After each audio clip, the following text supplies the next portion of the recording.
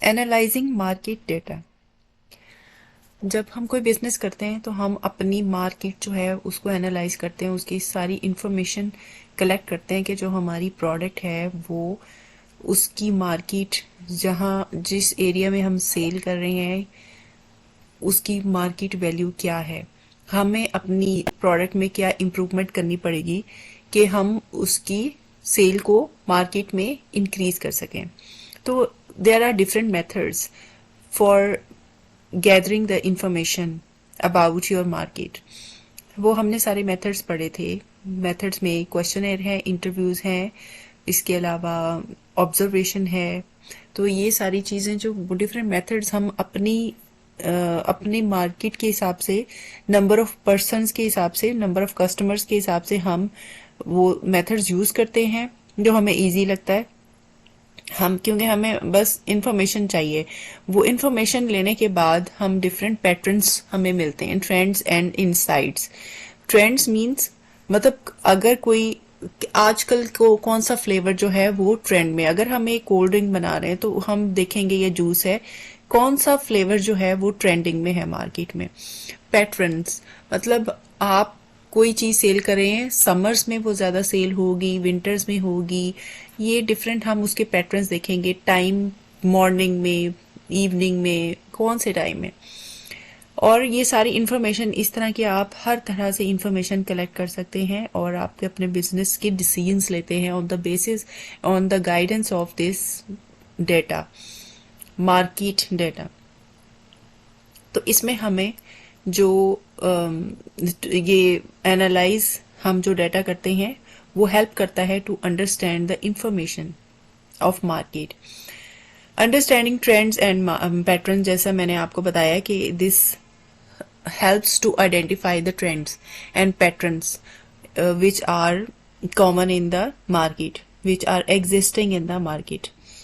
हम एग्जाम्पल लेते हैं, जैसे हम अगर एक सर्वे कंडक्ट करवाते हैं कि हमें ये इंफॉर्मेशन लेनी है कि मोस्ट ऑफ परचेजेस जो है किस टाइम होती हैं, और हमें इंफॉर्मेशन मिलती है कि हमारी जो प्रोडक्ट है वो हम बेकरी की कोई प्रोडक्ट्स बना रहे हैं, तो हमने ये मालूम करना है कि बेकरी की परचेजेस जो हैं वो किस टाइम ज़्यादा होती हैं और कौन से लोग जो हैं क्या आइटम लेना पसंद करते हैं। तो उसके लिए हम स्पेशल ऑफर्स वगैरह, प्रमोशंस भी दे सकते हैं। अगर देखें, अगर हमें पता चला है कि एक बेकरी की कोई प्रोडक्ट है वो पेस्ट्रीज ही हैं फॉर एग्जांपल, तो पेस्ट्रीज जो हैं वो ज़्यादा वीकेंड्स पे परचेज कर रहे हैं लोग, तो हम वीकेंड्स पे कोई प्रमोशंस दे देंगे, सेल कोई ऑफर कर देंगे, कोई डिस्काउंट ऑफर कर देंगे। तो ये इसके लिए हम ये डिसीजंस ले रहे हैं, हम उसके लिए स्ट्रेटजीज बना रहे हैं कि हम ये करेंगे काम अपनी सेल्स को वीकेंड पर इंक्रीज करने के लिए। उसके बाद हम जो मार्केट है सेगमेंटेशन उसकी करेंगे। सेगमेंटेशन मीन्स उसके parts banana. Segmenting the market is the process of breaking down a large target market into smaller, more specific groups based on factors like age, income और buying habits। हमारी जो market है, मतलब market क्या है, number of people which can by your product. ठीक है, आपके आपके बिजनेस के इर्द गिर्द जो भी लोग हैं जो बाय कर सकते हैं उस प्रोडक्ट को, वो आपकी मार्केट है। आपकी मार्केट अगर बहुत ज्यादा बड़ी है तो आप उसको स्मॉल पीस में सेगमेंट्स बनाएंगे एंड देन यू विल वो जो सेगमेंट्स हैं वो भी डिफरेंट आप उसके बना सकते हैं। मतलब आप डिफरेंट एज के, इनकम के लिहाज से सेगमेंट, बाइंग हैबिट के हिसाब से सेगमेंट्स बना के फिर आप उसको एनालाइज करेंगे हर सेगमेंट को कि एज में से कौन सी ज्यादा कौन सी एज जो है वो आपकी प्रोडक्ट खरीदेगी। इनकम में से आप पता चलाएंगे कि कौन सी इनकम आपकी प्रोडक्ट खरीद सकेगी, मतलब एलीट क्लास या जो है मीडियोकर्स आ जाते हैं, नॉर्मल मिडिल जो क्लास है वो है, फिर पुअर, उनमें से कौन सी है। फिर बाइंग हैबिट्स आप देखेंगे कि वीकेंड्स पे ज़्यादा ख़रीद रहे हैं या फिर किसी और डे पे, तो ये सारी जो है आप ग्रुप्स बना के आप उसकी इंफॉर्मेशन लेंगे और उसमें से आप ये इंफॉर्मेशन जो डेटा जो स्पेसिफिक इंफॉर्मेशन कनेक्ट कर लेंगे और ये आपको हेल्प आउट करेगी इन योर बिजनेस डिसीजंस। अब उसी इंफॉर्मेशन के हिसाब से आपको पता चल, example after your this analysing your segmentation, ये सेगमेंटेशन बनाने के बाद आपको पता चला है कि योर प्रोडक्ट, जो आपकी जो प्रोडक्ट है वो उसमें ओल्डर कस्टमर जो हैं वो इंटरेस्टेड हैं, यंगर कस्टमर जो हैं वो बी इंटरेस्टेड है। यंगर कस्टमर जो हैं वो क्या प्रेफर कर रहे हैं, पेस्ट्रीज, और जो ओल्डर कस्टमर है, आपने बेकरी बनाई है तो वो ब्रेड जो है वो प्रेफर करते हैं। तो आपको पता चल गया, अब आप इन अपनी प्रोडक्ट को एडजस्ट करेंगे with respect to this information and you can enhance the customer satisfaction and which will boost your sales.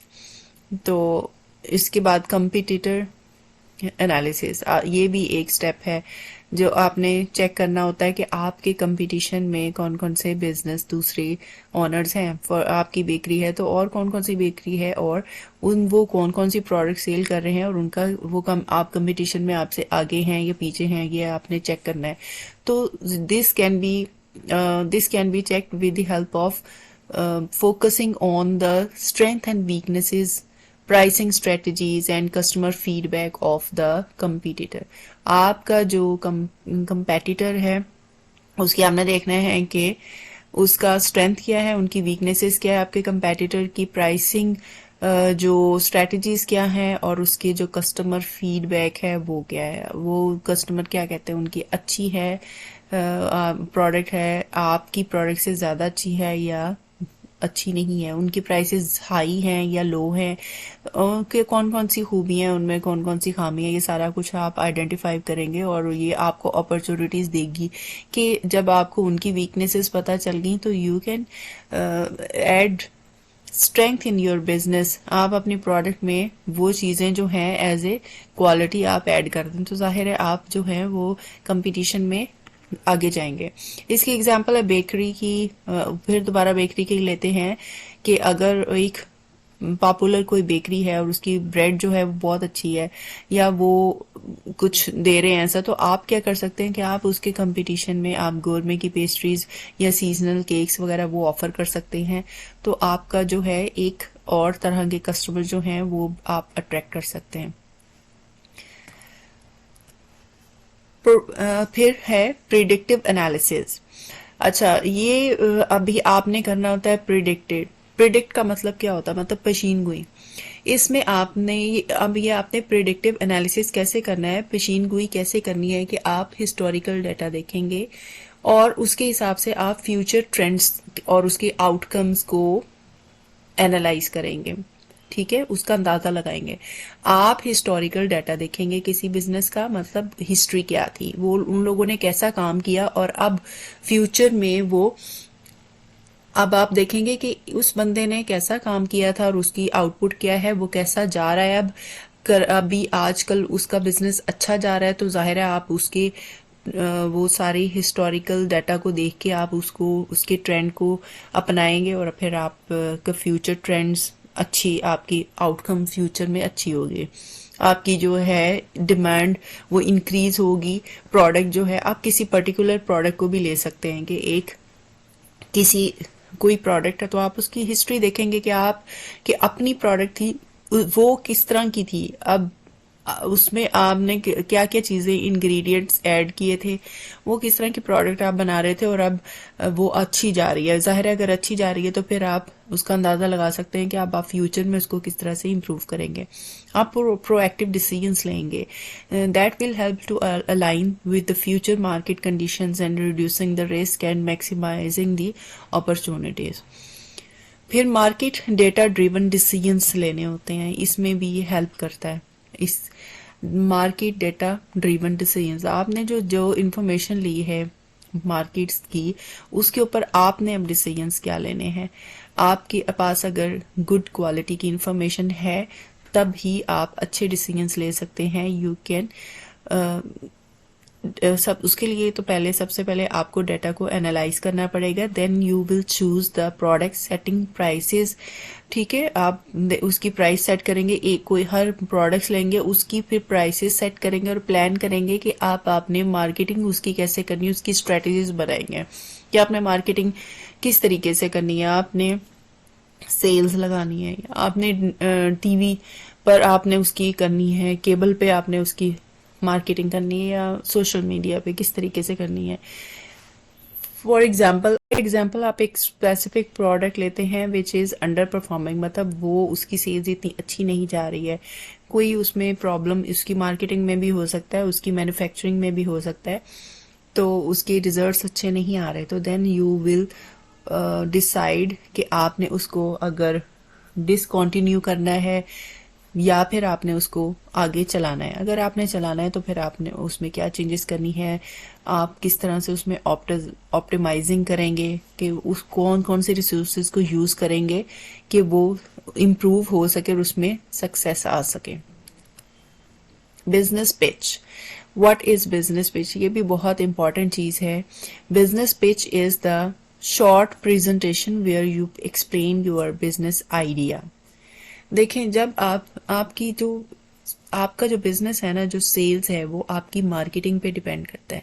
अगर आप अपनी चीज को अच्छी तरह से समझते हैं, जो आपने चीज बनाई है उसको अच्छे तरीके से समझते हैं और आप ये लोगों को बता सकते हैं कि why your product is more good than the other products in the market, आपकी प्रोडक्ट में ऐसा खास क्या है जो दूसरी प्रोडक्ट में नहीं है, और आप उसके फायदे बता सकते हैं, उसकी प्राइस के फायदा, आपकी प्राइस जो है वो लो है और बाकी जो है और परफॉर्मेंस ज़्यादा अच्छी है, इस तरह से आप किसी भी तरीके से बता सकते हैं, तो फिर लोग आपकी बात सुनेंगे और लोग उस चीज़ को परचेज करेंगे। Otherwise people have so many options, उनके पास इतनी सारी चीज़ें होती हैं, इतने सारे ऑप्शंस होती हैं, वो कोई भी पिक कर लेंगे, वो आपकी बात ही नहीं सुनेंगे। तो आपको इम्प्रेस करना होगा। Your way of communication and your confidence should be at the high level, फिर ही वो आपकी बात सुनेंगे तो फिर वो ट्रस्ट भी करेंगे। और इसके लिए सबसे पहले तो आपको झूठ नहीं बोलना, आपकी क्वालिटी भी चीज़ की वैसी ही होनी चाहिए जो आप बता रहे हैं। एक दफ़ा तो लोग खरीद लेंगे, अदरवाइज फिर वो कभी भी नहीं खरीदेंगे अगर आपकी चीज़ वैसी नहीं है, ख़राब है तो, और दूसरे लोगों को भी वो मना करेंगे। तो इसका बहुत ही बैड इम्प्रेशन होता है on your business good and on your good will of the business. तो इसमें हम जैसे एक न्यू शॉप बना रहे हैं, उसकी एग्जांपल ले लेते हैं, जिसकी जो जूस शॉप है, तो अब उसका नेबरहुड में हम उसके पिच कैसे क्रिएट करेंगे, हम नेबरहुड उसका देखेंगे और हम उसका पिच जो है बिजनेस का हमारा क्या होगा। हम कहेंगे कि हम आइडिया देंगे कि we sell the fresh juice which is healthy and affordable. ठीक है, हमारी ऐसी शॉप है जो हम एक तो फ्रेश जूस देते हैं, अफोर्डेबल भी है और हेल्दी भी है। तो ये हमारा जो है एक आइडिया है। अब जो कस्टमर्स हैं वो कौन से होंगे, जाहिर है हमारे जो हमने जहाँ पे शॉप बनाई है उसके इर्द गिर्द वाले वो हमारे कस्टमर्स हैं, और वो होंगे who cares about their health. अब एक आम सा एक अनपढ़ सा बंदा जो है, या बच्चे को भी केयर नहीं होती है, बच्चे जो हैं वो हमारे नहीं होंगे टारगेट। हम किनको किनको बताएंगे, ये जाके हम पढ़ी लिखी जो कम्युनिटी है, एजुकेटेड लोग, उनको बताएंगे, उनको इन्फॉर्म करेंगे, उनको हम ये आइडिया देंगे कि हमारा जो जूस है that is very healthy for your health, तो वो आपकी बात को समझेंगे। अब आप एक बच्चे को जाके बता रही हैं तो उसको तो नहीं पता, वो तो उसको तो जो चीज़ अट्रैक्ट करेगी, देखने में अच्छी लगेगी, वो तो वही परचेज करेगा। Then third thing is why it will work. देखें, बहुत सारी शॉप्स हैं जूसेस की इधर उधर, तो आप उनको लोगों को बताएंगे कि health is very very important for you, for your life, तो फिर जो हेल्थ कॉन्शियस होंगे लोग वो ही आपके जूस शॉप की तरफ अट्रैक्ट होंगे, और वो आप उनको जब उनको कम्युनिकेट करेंगे तो वो फिर फिर आपको बात पे फोकस भी करेंगे। आप उनको कन्विंस कर सकते हैं कि वो लोग आपका जूस खरीदें। Steps to pitching your idea.